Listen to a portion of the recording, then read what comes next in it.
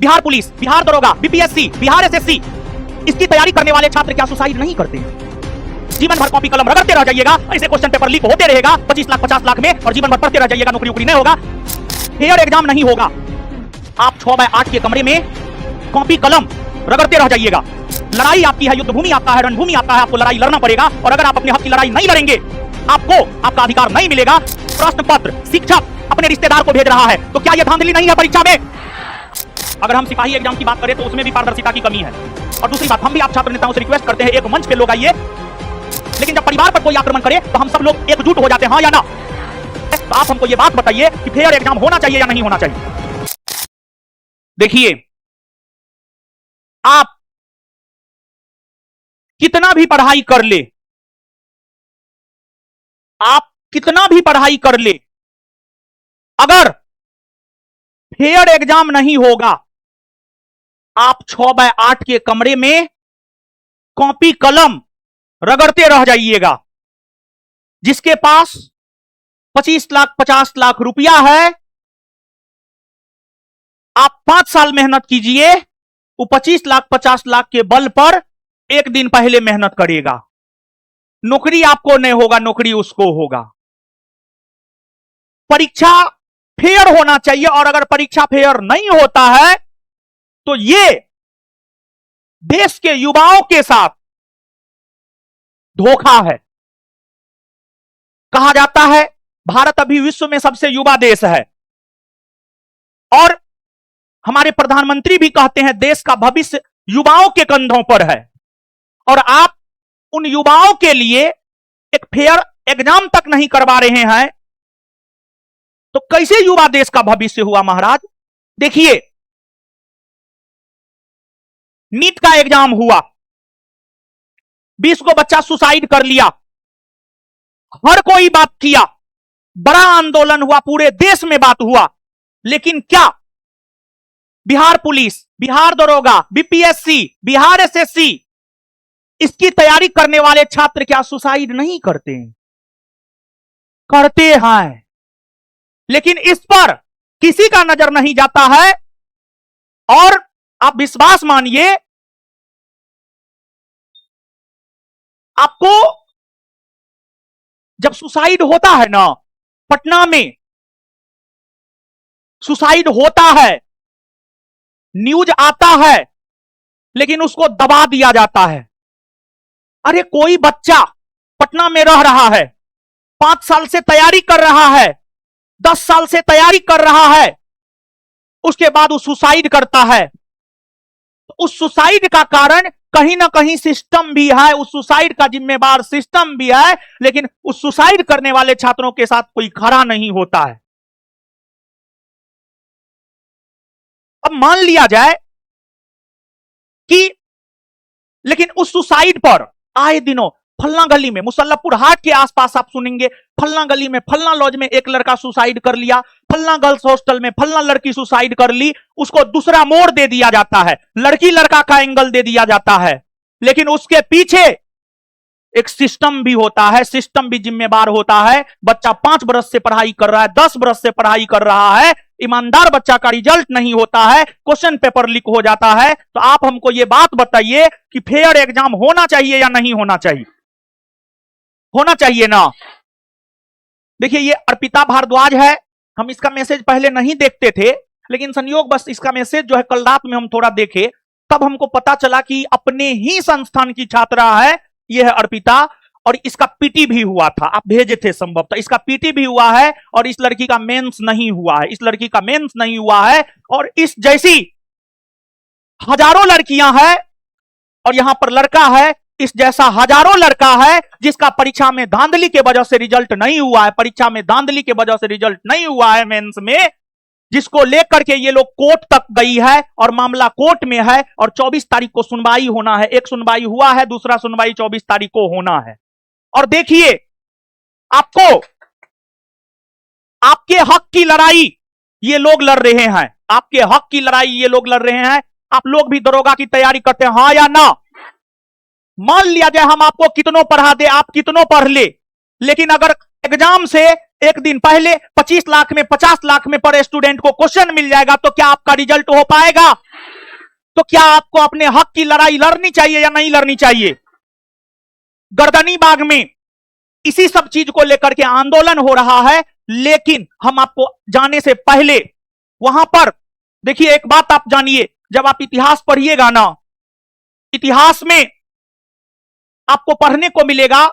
देखिए, इतिहास सिर्फ एक विषय नहीं है, बल्कि इतिहास हमें जीवन जीने के बारे में सिखाता है, इतिहास हमें निर्णय लेने के बारे में सिखाता है। जब आप इतिहास को पढ़ेंगे, भारत में इस्लामी सत्ता की स्थापना हुई, इसके पीछे कुछ गद्दार थे, कुछ देश के ही गद्दार थे, जिस वजह से भारत में इस्लामी शासन की स्थापना हुई। भारत अंग्रेजों का गुलाम हुआ, उसमें भी कुछ गद्दार थे, और गद्दारों के वजह से हमारा देश अंग्रेजों का गुलाम हुआ था। जैसे कि भारत में इस्लामी सत्ता की स्थापना हुई, उसका गद्दार कौन था पता है? उसका गद्दार था जयचंद। उसका गद्दार कौन था? जयचंद। आप तराइन का युद्ध पढ़ते होंगे। तराइन का प्रथम युद्ध 1191, तराइन का द्वितीय युद्ध 1100। तराइन का प्रथम और द्वितीय युद्ध पृथ्वीराज चौहान और मोहम्मद गौरी के बीच हुआ था, हां या ना? प्रथम युद्ध में पृथ्वीराज चौहान ने मोहम्मद गौरी को हरा दिया। तराइन के द्वितीय युद्ध में मोहम्मद गौरी ने पृथ्वीराज चौहान को हराया, और अगर उस समय पृथ्वीराज चौहान का साथ जयचंद देता, तो आप विश्वास मानिए, मोहम्मद गौरी भारत में इस्लामी सत्ता को स्थापित नहीं कर पाता। तो जयचंदों के वजह से भारत में इस्लामी सत्ता की स्थापना हुई थी। देखिए, जैसे परिवार में, ठीक है, आपसी झगड़ा है, लेकिन जब परिवार पर कोई आक्रमण करे तो हम सब लोग एकजुट हो जाते हैं, हां या ना? अभी गर्दनी बाग में छात्र नेता दो भागों में बटे हुए हैं।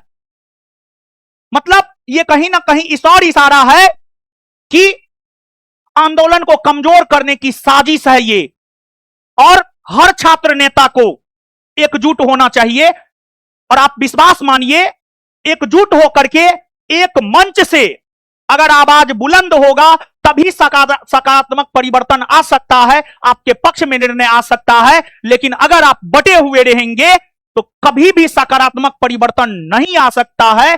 और आप इतिहास में 1857 का विद्रोह पढ़ते हैं। 1857 के विद्रोह की असफलता का कारण था विद्रोही सैनिकों में आपसी एकता की कमी, और छात्र नेताओं में अगर आपसी एकता की कमी होगी, छात्र नेताओं में अगर आपसी एकता की कमी होगी, तो यह आंदोलन कमजोर होगा। सबसे पहले तो हम यही चाहेंगे, आप लोग भी यह प्रयास कीजिए, दोनों छात्र नेता को एक कर दीजिए। और दूसरी बात, हम भी आप छात्र नेताओं से रिक्वेस्ट करते हैं, एक मंच पे लोग आइए। और आप लोग पढ़े लिखे लोग हैं महाराज, आप लोग इतिहास सब पढ़े हैं, लेकिन इसके बावजूद जो है आप अपना व्यक्तिगत स्वार्थ देख रहे हैं। आपको अपना व्यक्तिगत स्वार्थ नहीं देखना चाहिए, बल्कि आप छात्र नेता अपने आप को कहते हैं, तो आपको छात्रों का हित देखना चाहिए। और आज पूरे बिहार का छात्र यह चाहता है कि दोनों छात्र नेता एक मंच पर आ जाए, और एक मंच पर आकर के आपसी एकता का प्रदर्शन करते हुए जो है आवाज बुलंद करे, ताकि सरकार आपकी बात को मानने के लिए मजबूर हो जाए। दूसरी बात, उस आंदोलन में बहुत मीर जाफर भी होंगे, उस आंदोलन में बहुत मीर जाफर होंगे, आप विश्वास मान लीजिए। और मीर जाफरों की वजह से ही भारत गुलाम हुआ है।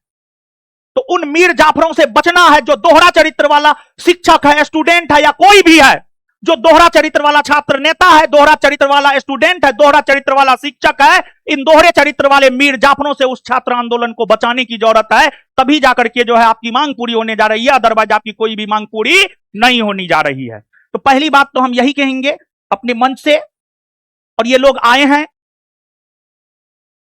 एकजुट हो जाइए, क्योंकि अभी विद्यार्थी भी भ्रम में है। हम भी, हमारे पास भी कुछ लोग आते हैं, बात करते हैं, उससे हमको पता चला है विद्यार्थी भी भ्रम में है, विद्यार्थी भी भ्रम में है कि हम इधर जाएं उधर जाएं। और अगर ऐसे कमजोर रहिएगा तो फिर काम खत्म है, कुछ नहीं होने वाला है, समझे? इसके बाद अब देखिए, 1799 पोस्ट वैकेंसी की हम बात करते हैं।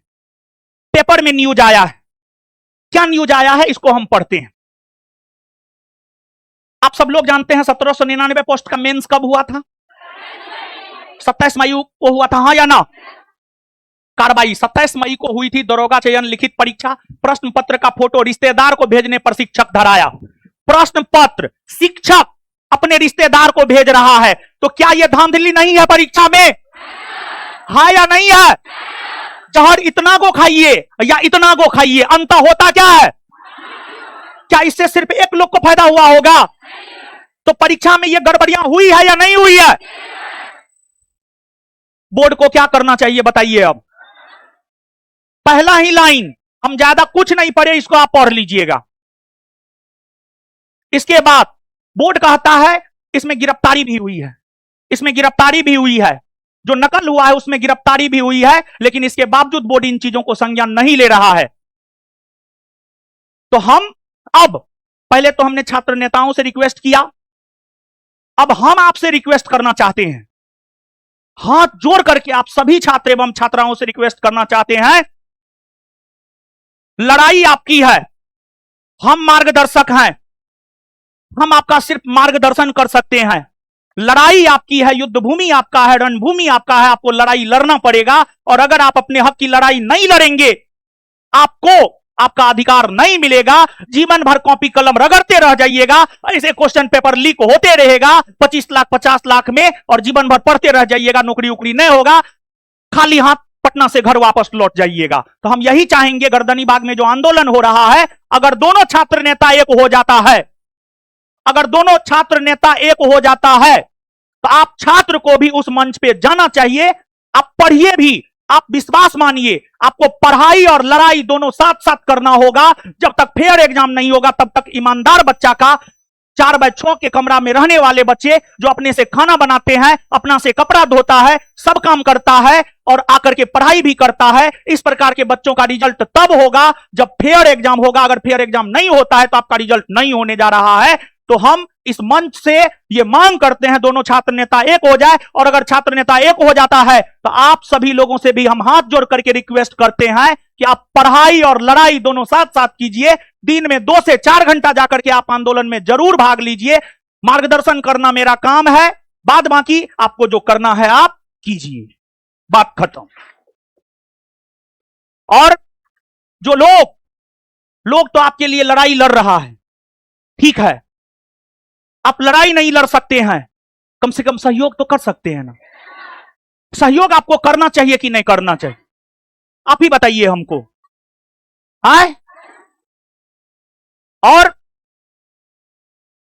तो दिखाइए अपना छात्र एकता, हम यही कहेंगे।